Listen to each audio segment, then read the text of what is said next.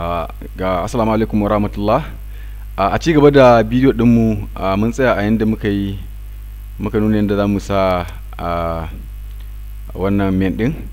So anan dan ce main background color, anan bari in bashi wani color, bari in sa mai green equals to green color.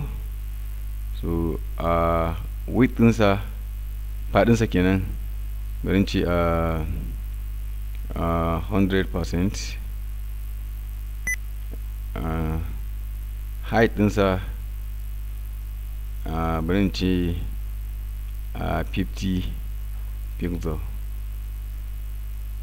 So bari mu control S, bari mu refresh.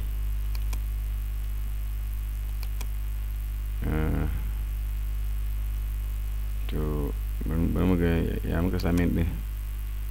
Main bari mu ga na cikin program din, shi ma haka yake. Class equals to okay, margin muka sa shi anan, main za mu sa anan shi ma. Class equals to main. So idan baka sa daidai ba zai yi ba, sai ka sa abin yayi daidai sannan dai yau kun ga ya bamu shi anan a ƙasa. To dole zamu bari mu ƙara buɗe wannan din ya zama na ya sha bamban da wancan na saman. Bari mu ƙara mai girma, shi ya zama wannan mai din ya zama a maimakon 50 zai zama 200 pixel. Height ɗinsa kenan. Yawwa, height ɗinsa ya zama 200 pixel. To anan za mu zo mu ci gaba da design din da za mu zo mu ƙara yi a ciki. Idan kuma color din bata mana ba, za mu iya canza wannan color din. To za mu iya canza wannan color din, mai da ita wata color din daban don mu sa abin da za mu sa a ciki. Bari mu ƙara mishi ya zama kaman 400 idan ɗaya na sai ɗin yawa. Refresh, yawa ya zama 400 pixel. So a cikin wannan green din yanzu a ciki za mu zo kuma sake creating din wani abin, za mu raba shi biyu. Nan bangaren mu sami wani abin daban, nan side din mu sami wani abin daban. So yanzu abin da zan yi kai tsaye,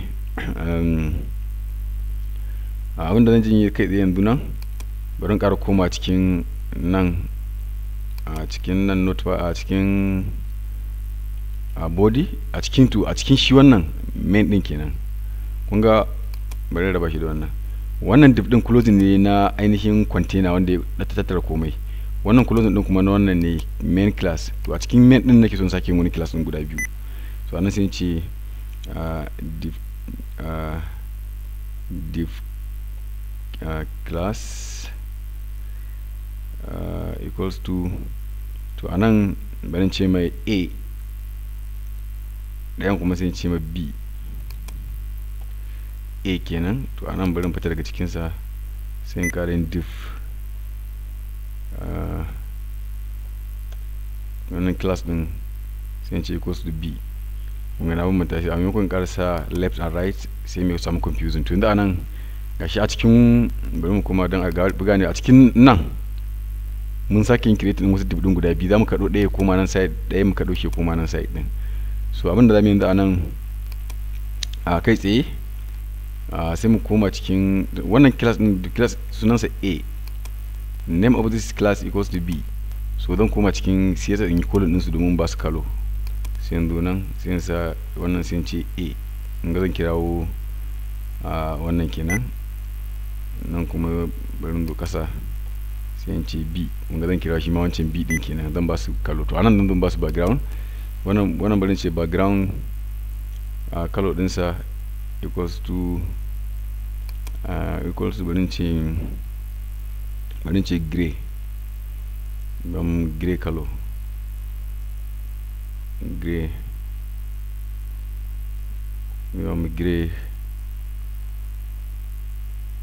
color. So width ɗinsa bari in ce ya zama 50%. Sannan plot ya zama left, a kaɗo shi left kenan, nan bangaren hagu kenan. So kun ga na bashi abin da shi ma kuma wannan bari in bashi background color din, sai kuma bari in ce bari ce white, bari ba shi white color. In yaso da mu iya canza color daga ba idan bai mana ba. Width ɗinsa bari ba shi ma 50%, shi ma 50%. Shi kuma float ɗinsa sai mu ce right. So bari mu yi save. Tun ga nan kuka dauka ai daga nan zuwa nan 100% ne, in muka raba shi nan 50% nan 50%, bari mu rufe shi.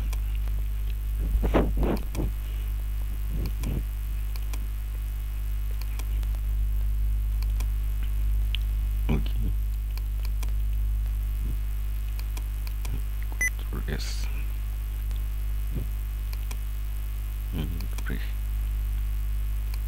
Okay, so bari mu ga me problem nan. A and B,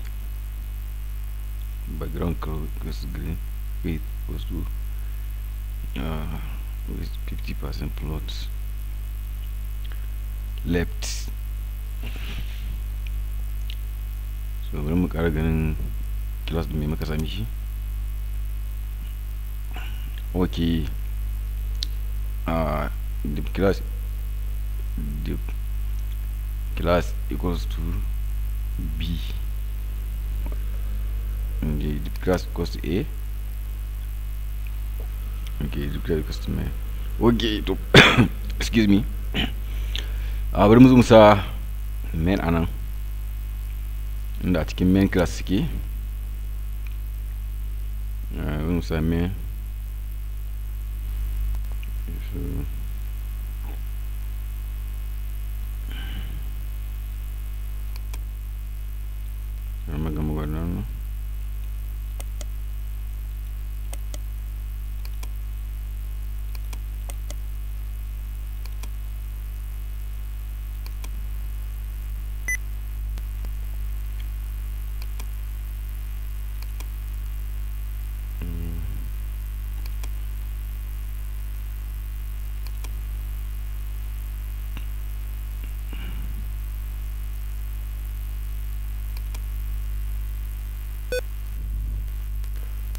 da yana cikin main class din. Ya wato kun gani gashi color din sun hau, gashi nan yayi gray nan kuma yayi white color. So bari mu bashi height din sa, height ne ba mu bashi ba. So yanzu bari mu ce wannan height din sa height ya zama kaman 50 px. Wannan ma ya zama shi ma high ya zama 50 pixel. Control S, refresh. Yawwa, to kun gani yanda suka yi. Gashi wannan gray, wannan yayi white. So bari mu sa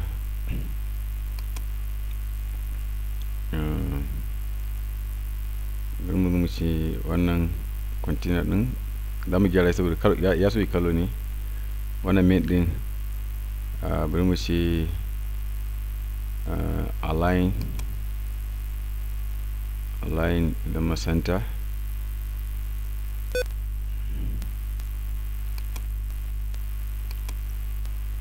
To yanzu wannan zamu zo mu sa margin din su zama auto, yanda wannan zai dawo nan center, wannan zai dawo nan center din. So sai zama suna akan tsarin da muka tsara. To insha Allah a cikin bidiyo din mu na gaba za mu nuna yanda ake arranging din su a yanda suke a can din.